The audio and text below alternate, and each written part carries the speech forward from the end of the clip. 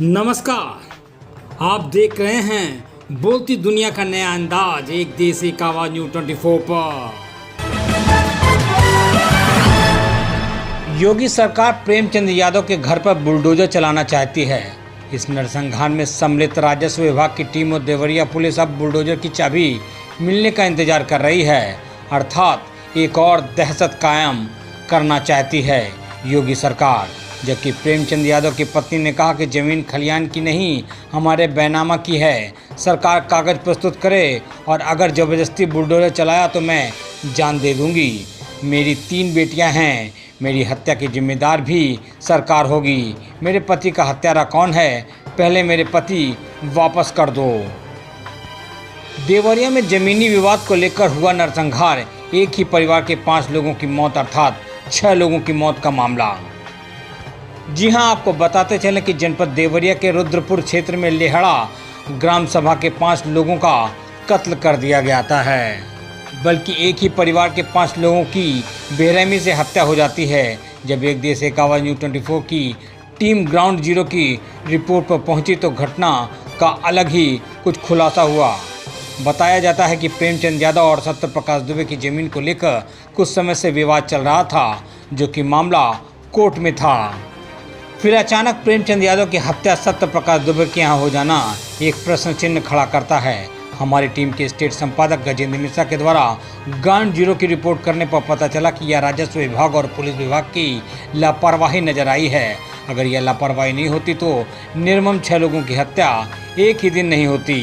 वहीं पूर्व एसपी अमिताभ ठाकुर से वार्ता करने पर उन्होंने पुलिस प्रशासन और राजस्व विभाग के ऊपर गंभीर आरोप लगाए। और वहीं पर पूर्व जिला पंचायत सदस्य प्रेमचंद यादव जी की पत्नी और बच्चों से वार्ता करने पर पत्नी द्वारा बताया कि हमारे घर उस दिन सिर्फ उनके ससुर और उनके पति प्रेमचंद यादव ही घर पर थे और उन्हें फ़ोन करके बुलाया गया और उनकी हत्या हुई, धारदार हथियार से कर दी गई।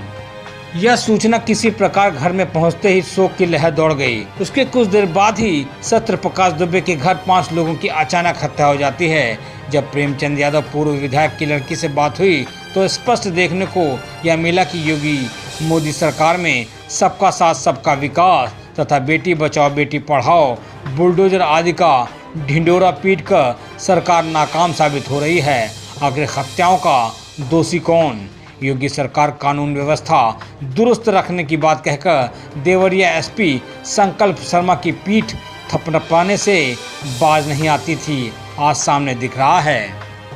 मजे की बात यह है कि प्रेमचंद यादव को फ़ोन पर दुबे के यहाँ बुलाया जाता है, उसके बाद उनकी धारदार हथियार से हत्या हो जाती है। फिर उनके भाई को सूचना दी जाती है और उनके पहुँचने से पहले ही दुबे के घर के 5 लोगों की भी हत्या हो जाती है। आखिर यह कौन सा षड्यंत्र था? क्या योगी सरकार के आला वरिष्ठ अधिकारी, मंत्री, विधायक, सांसद, भगवाधारी सिर्फ सरकार की राजनीति को मजबूत कर रहे हैं? जब आम जनमानस अपराधियों से सुरक्षित नहीं होगा तो ऐसी सरकार के कानून व्यवस्था का क्या फ़ायदा? देखें एक रिपोर्ट स्टेट संपादक गजेंद्र मिश्रा के साथ अजय विश्वकर्मा की।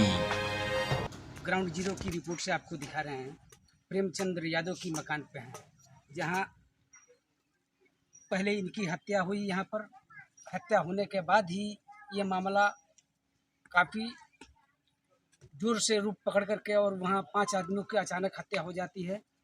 और जबकि बताया जाए तो इनकी घर की दूरी, इनके घर से दूरी उस घर की काफ़ी लमसम 1 किलोमीटर की दूरी है। इतनी दूर से जा कर के वहाँ 5 लोगों की हत्या हो जाना, ये सोचने वाली बात है।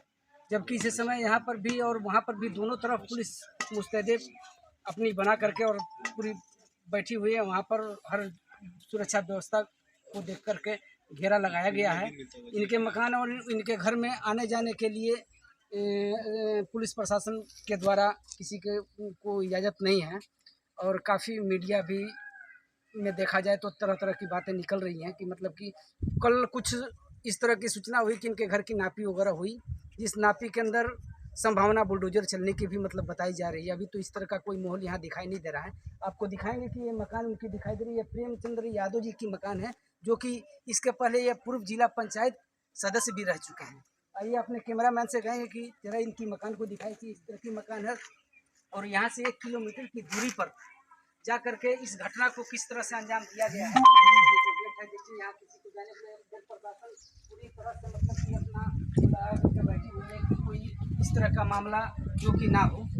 ये जो मकान आपको दिखाई दे रहा है, इस मकान की तरफ चारों तरफ पुलिस लगी हुई है और वहाँ पर भी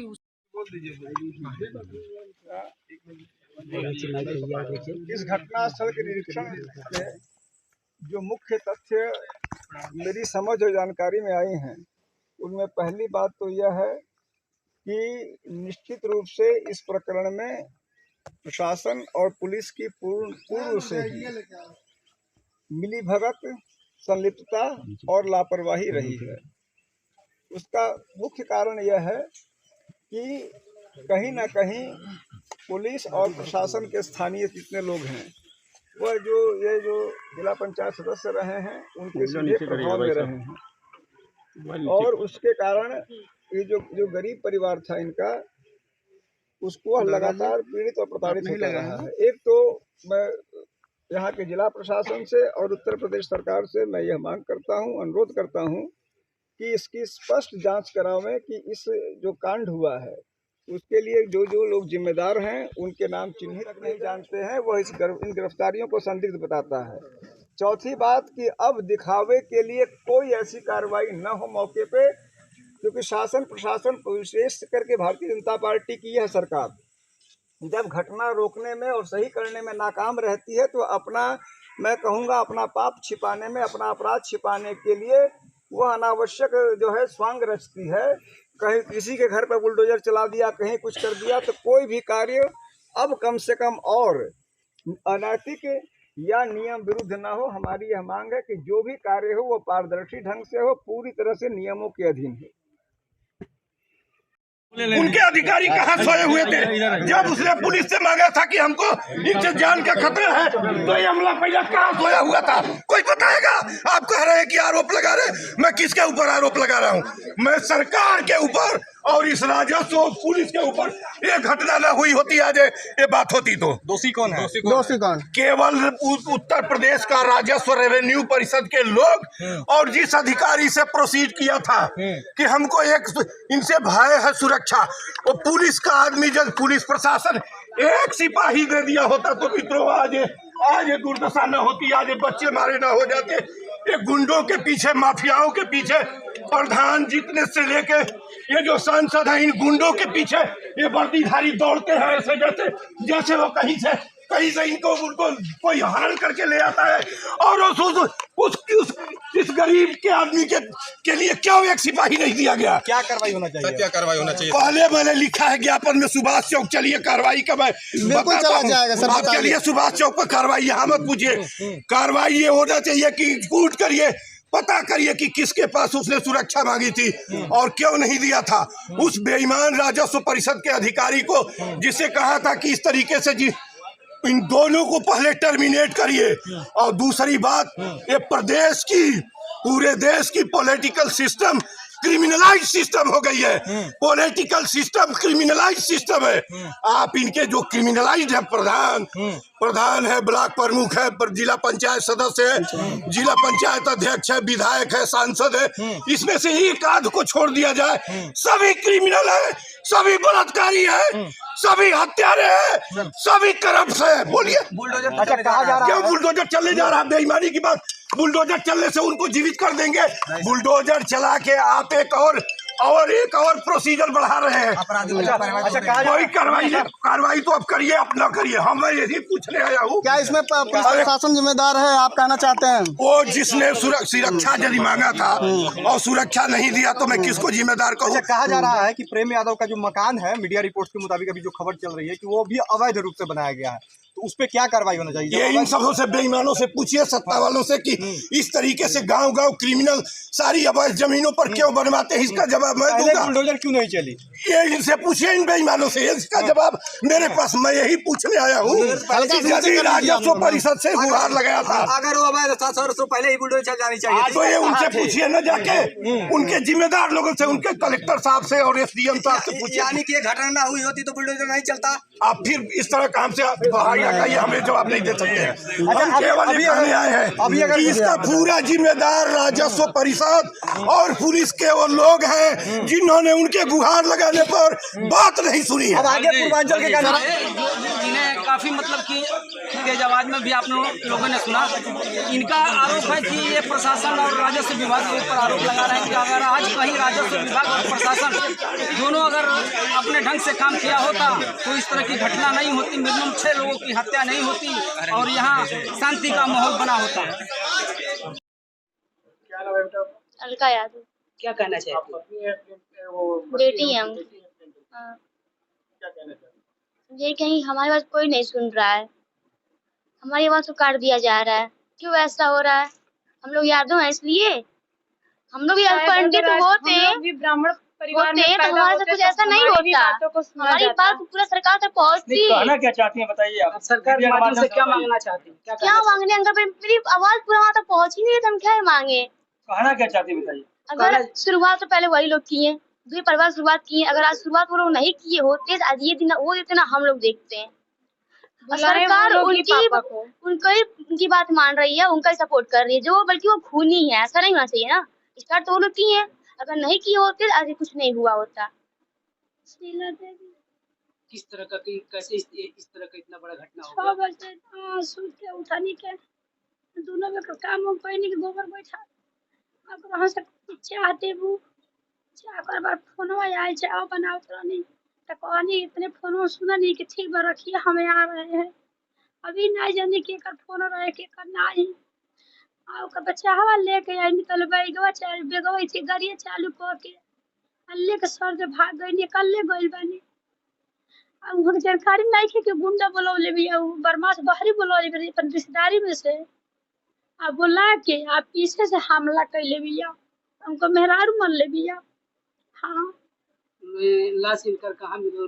उनके द्वारे यहाँ से लोग गए थे उनके फिर वो घटना करने के उनके वहाँ से गांव वाला के फोन कैले बा कि घटना घट गई बा। हमार ससुर बस रहे नहीं, हमार देवरिया हमार सब लड़का देवरिया पड़े न को यहाँ कोई नहीं रहता ना। यहाँ केहू ना खाली हमार ससुर हम हमारा पति बस 3 आदमी रहत रहनी के।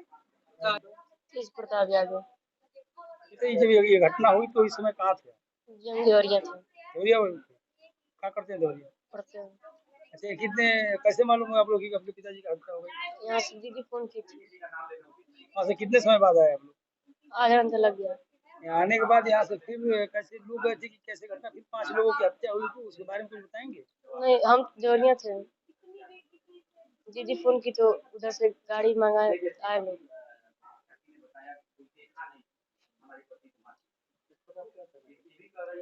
क्या करना चाहिए? बात जा ही नहीं रहा बात। पता लगा है। आइए आपको दिखाते हैं जो सत्य प्रकाश दुबे जी की जो मकान है वो मकान किस टाइप की है, किस तरह की है और कहाँ ये वारदात हुआ था। आइए दिखाते हैं आपको। यहाँ प्रशासन पूरी मुस्तैदी से मतलब कि लगी हुई है और यहाँ हर तरह से पाबंदियाँ ही लगी हुई हैं। अंदर जाने के लिए किसी के पास किसी को कोई इजाज़त नहीं है। आपको दिखा दें कि देखिए प्रशासन की ड्यूटी पूरी मुस्तैदी से लगी हुई है। यहाँ पर किसी प्रकार की लापरवाही नाम की चीज़ तो है ही नहीं है। काफ़ी दूर गांव के किनारे से भी लगी हुई है। आपको सीधा दिखाएंगे इनकी मकान जो कि सुरक्षा घेरे के अंदर रखा गया हुआ है। और ये हम बताना चाहेंगे आपको कि ये जो हत्या हुई है सबसे बड़ी हत्या जो वारदात हुई है। जी देखिए यही सुरक्षा घेरा के अंदर से ही आपको दिखा रहे हैं कि यहाँ सुरक्षा घेरा ये जो है इनकी मकान है। कैमरामैन से कहूँगा अपने कि इनकी मकान को पूरी अच्छी तरह से दिखाएं। जो आपको दिखाई दे रही है यहाँ एक मोटरसाइकिल खड़ी दिखाई दे रही है, यहाँ एक चप्पल दिखाई दे रहा है जो कि ये वारदात घटने समय ये चप्पल छोड़ करके मतलब भगा गया है। देवरिया से स्टेट संपादक गजेंद्र मिश्रा की खास रिपोर्ट एक देश एक आवाज न्यूज़ 24 पर। एक देश एक आवाज न्यूज़ 24 पर नए अपडेट्स और खबरों को देखने के लिए चैनल को लाइक, सब्सक्राइब और शेयर करें।